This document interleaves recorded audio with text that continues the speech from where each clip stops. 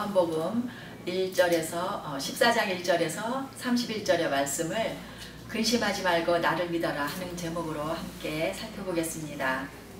예수님께서 제자들을 떠나서 하늘나라로 다시 돌아가신다고 하니까 제자들은 굉장히 두려워했고 근심했습니다. 그런 제자들에게 예수님이 마지막으로 당부하고 남기고 싶은 말씀이 많이 있으셨습니다. 제자들이 생각하지도 못했던 그런 비참한 죽음을 맞아서 예수님이 돌아가시게 될 때 그들이 받을 충격은 대단한 것이기 때문이었습니다. 그러나 예수님은 제자들을 그냥 버려두고 가시는 것이 아니라 성령님을 가셔서 다시 보내주시고, 그리고 예수님도 다시 재림하실 것이며 그 제자들을 데려가실 것이라고 약속해 주시면서 위로하십니다. 그리고 예수님의 제자들이 해야 할 일들을 일깨우시고 당부해 주십니다. 내용을 살펴보면요, 첫 번째는 너희도 데려갈 것이다. 두 번째, 내 이름으로 구하면 다 이루어 주겠다. 세 번째, 다른 보혜사를 보내줄 것이다. 네 번째, 아버지의 사랑을 받을 것이다. 그리고 마지막으로는 내 평화를 남겨줄 것이다. 이렇게 되겠습니다. 먼저 퀴즈를 보면요, 예수님께서 그들에게 말씀하셨다. 나는 괄호 길이요, 괄호 진리요, 괄호 생명이다. 나를 거치지 않고서는 아무도 아버지께로 갈 사람이 없다. 이것이 6절 내용입니다. 첫 번째 내용은 1절에서 11절 너희도 데려갈 것이다. 3절 말씀은 내가 가서 너희가 있을 곳을 마련하면 다시 와서 너희를 나에게로 데려다가 내가 있는 곳에 너희도 함께 있게 하겠다. 예수님은 아버지 집, 즉 천국에 제자들이 있을 곳을 마련하기 위해서 떠나가신다고 합니다.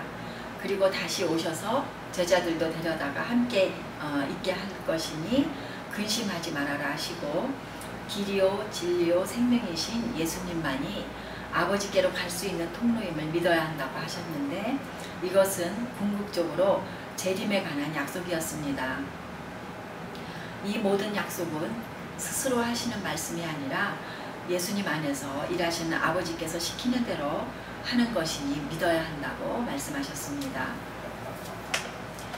14장 2절에서 아버지 집이라고 표현한 것은 천국을 일컫는 거죠. 그런데 베드로후서 1장 11절에서는 또한 여러분은 우리의 주님이시며 구주이신 예수 그리스도의 영원한 나라에 들어갈 자격을 충분히 갖춘 것입니다. 라고 나라라고 표현했고, 또 베드로전서 1장 4절에서는 썩지 않고 더러워지지 않고 낡아 없어지지 않는 유산을 물려받게 하셨습니다 하면서 여기서는 유산으로 표현되어 있습니다. 또 히브리서 11장 16절 그것은 곧 하늘의 고향입니다. 그래서 하나님께서는 그들의 하나님이라고 불리는 것을 부끄러워하지 않으시고 그들을 위하여 한 도시를 마련해 두셨습니다. 이렇게 여기서는 고향과 또 도시로도 표현이 되어 있습니다. 예수님은 천국에 그를 믿는 진정한 제자들이 예수님과 함께 거할 장소가 아주 많다고 하셨는데, 그것은 아버지가 함께 하시고 다스리시는 이 상징적이 아닌 실제적인 장소의 그 풍성함을 이야기하는 것이며, 또 계시록 21장, 22장에서는 죽음과 슬픔과 눈물과 아픔과 어둠이 없는 그런 곳으로 표현이 되어 있습니다. 두 번째, 내 이름으로 구하면 다 이루어주겠다. 12절에서 15절 내용입니다. 12절, 내가 진정으로 너에게 말한다.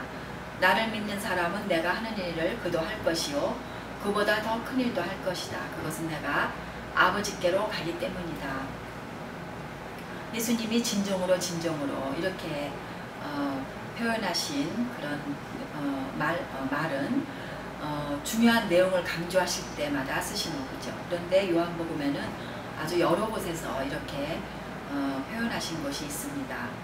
예수님은 우리가 구하는 것은 다 이루어줄 것이니 근심하지 말아라 하시고, 그러나 그 기도응답에 대한 조건은 예수님을 믿고 그가 원하시는 일을 하는 가운데 행해야 된다는 것입니다. 그러면 예수님이 하신 일보다도 더 큰 일을 할 것이다.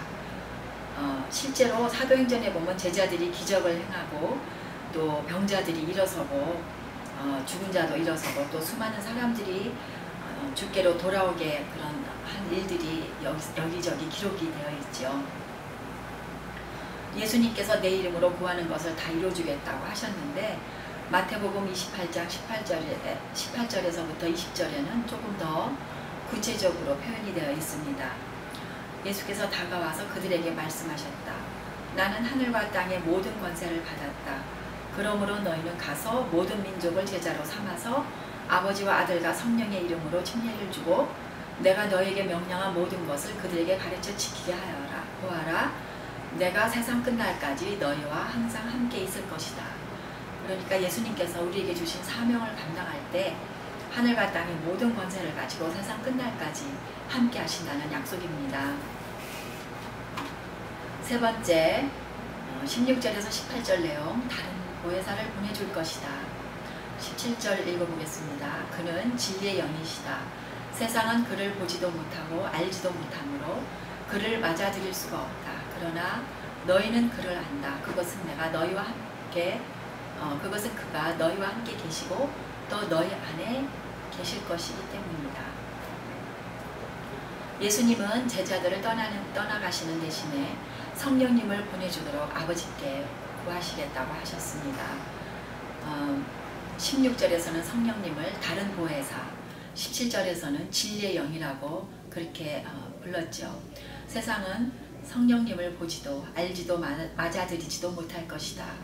그러나 예수님을 믿는 사람들에게는 그들과 함께 또 그들 안에 영원히 거하실 것이며 믿는 각 사람들은 성령님이 거하시는 성전이 될 것이라고 하셨는데 고린도전서 6장 19절에 보면 여러분의 몸은 여러분 안에 계신 성령의 성전이라는 것을 알지 못합니까? 여러분은 성령을 하나님으로부터 받아서 모시고 있습니다. 여러분은 여러분 자신의 것이 아닙니다. 이렇게 그 믿는 자 안에 영원히 거하실 성령님에 대한 약속이 있습니다. 구약시대에는 일시적으로 성령님이 사람들에게 내려와서 능력을 행하시곤 했다가 다시 떠나시곤 했었습니다. 사사기에 보면 삼손에게 그랬고 사무엘상에 보면 또 사울왕에게 그랬고 시편에 보면 다윗이 또 그랬던 것을 알 수 있습니다. 그러나 예수님께서 승천하신 후 약속하신 대로 오신 성령님께서는 믿는 사람들 안에 영원히 남아 계실 것이라고 약속이 표현되어 있습니다. 사도행전 2장 1절에서 4절에 보면 그 약속대로 이제 오순절에 성령님이 믿는 그 신도들에게 내려오신 것이 기록되어 있죠. 또 네 번째, 아버지의 사랑을 받을 것이다. 19절에서 24절 내용입니다. 20절에 그날에 너희는 내가 내 아버지 안에 있고 너희가 내 안에 있으며 또 내가 너희 안에 있음을 알게 될 것이다. 19절에서 조금 있으면 세상이 나를 보지 못할 것은 곧 잡혀서 돌아가실 것 때문이었고 너희는 나를 보게 될 것이다 라고 하신 것은 부활하셔서 다시 그들 앞에 나타나실 것이기 때문입니다. 그러면 아버지와 아들과 믿는 사람들이 하나로 연합되어 있는 긴밀한 사랑의 관계를 깨달아 알게 될 것이다.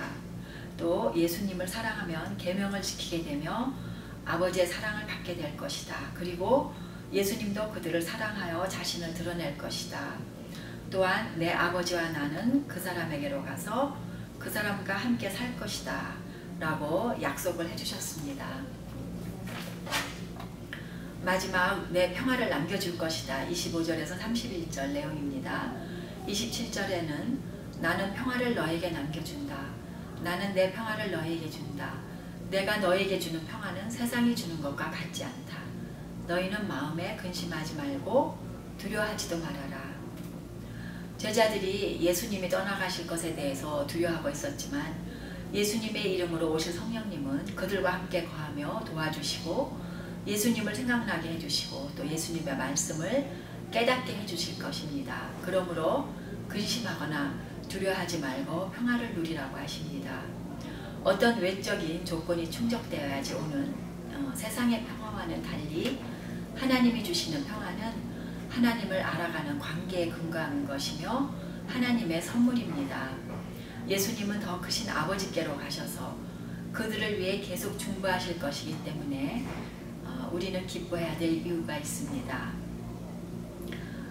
로마서 8장 34절에 누가 감히 그들을 정죄하겠습니까? 그리스도 예수는 죽으셨지만 오히려 살아나셔서 하나님의 오른쪽에 계시며 우리들을 위하여 대신 간구하여 주십니다. 또 히브리서 7장 25절에는 따라서 그는 자기를 통하여 하나님께 나오는 사람들을 완전하게 구원하실 수 있습니다. 그는 늘 살아계셔서 그들을 위하여 중재의 간구를 하십니다.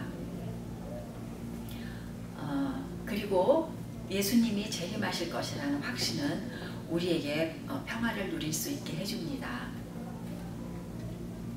학습 문제를 보겠습니다.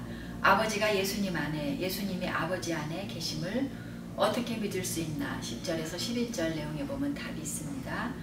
아버지께서 예수님 안에 계시면서 일하시는 것을 보고서 그러면 우리는 어떻게 할 것인가? 오직 예수님만이 구원의 길이라는 것을 증거하려 할 때 다른 사람들로부터 배타적이라는 비난을 경험하셨을 것입니다. 그러나 우리는 유일한 길이요 진리요 생명이신 예수님께서 말씀하신 그 사실에 근거해서 믿음을 가지고 전해야 합니다. 예수님을 사랑하면 그가 하신 일보다도 우리는 더 큰 일을 하게 될 것이라고 했고, 복음을 전하고 서로 사랑하라는 계명을 지키는 가운데 구할 때 모든 기도를 응답해 주시겠다고 약속해 주셨습니다. 나의 믿음과 기도는 어디에 기초한 것인가를 점검해 봐야 되겠습니다. 네, 감사합니다. 은혜로운 목장 되세요.